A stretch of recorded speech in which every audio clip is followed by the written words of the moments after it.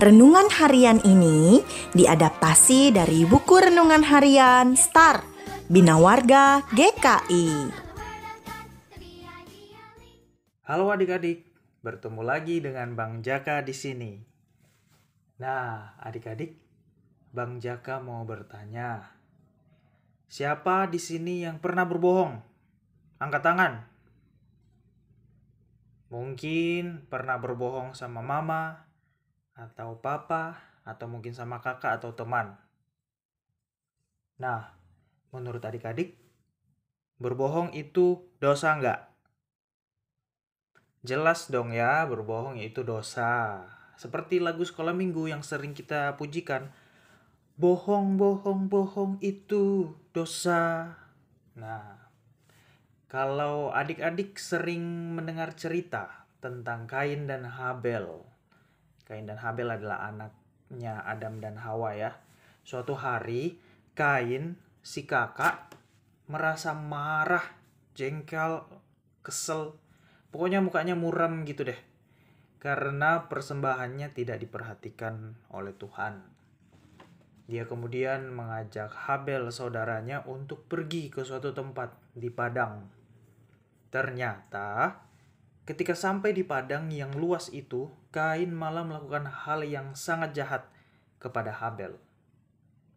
Namun, ketika Tuhan bertanya kepada Kain tentang Habel, dia malah mengatakan, aku tidak tahu, aku bukan penjaga adikku. Gitu kata Kain. Jadi, menurut adik-adik, Kain itu jujur atau berbohong? Ya, Kain itu berbohong karena ingin menutupi kesalahannya atas perlakuan jahatnya kepada adiknya. Padahal Tuhan tahu loh perbuatannya.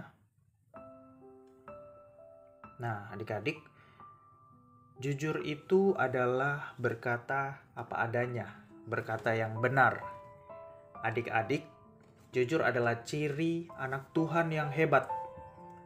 Sedangkan pelanggaran atas kejujuran adalah melakukan kebohongan. Itu artinya mereka yang berbohong tidak mencirikan diri sebagai anak Tuhan yang baik dan hebat. Akibat dari kebohongan Kain, maka ia menerima hukuman dari Tuhan.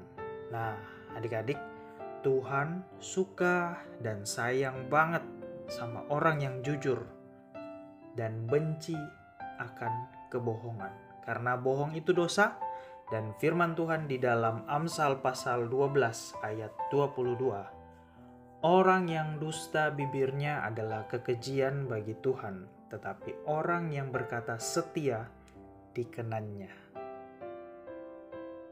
Nah, sekarang adik-adik, mari kita berdoa. Tuhan Yesus, terima kasih untuk firman-Mu. Tuhan kiranya menolong supaya aku bertumbuh menjadi anak yang suka berkata yang benar dan jujur. Dan aku belajar untuk tidak berbohong lagi. Terima kasih ya Tuhan, dalam nama anak-Mu Yesus Kristus. Amin.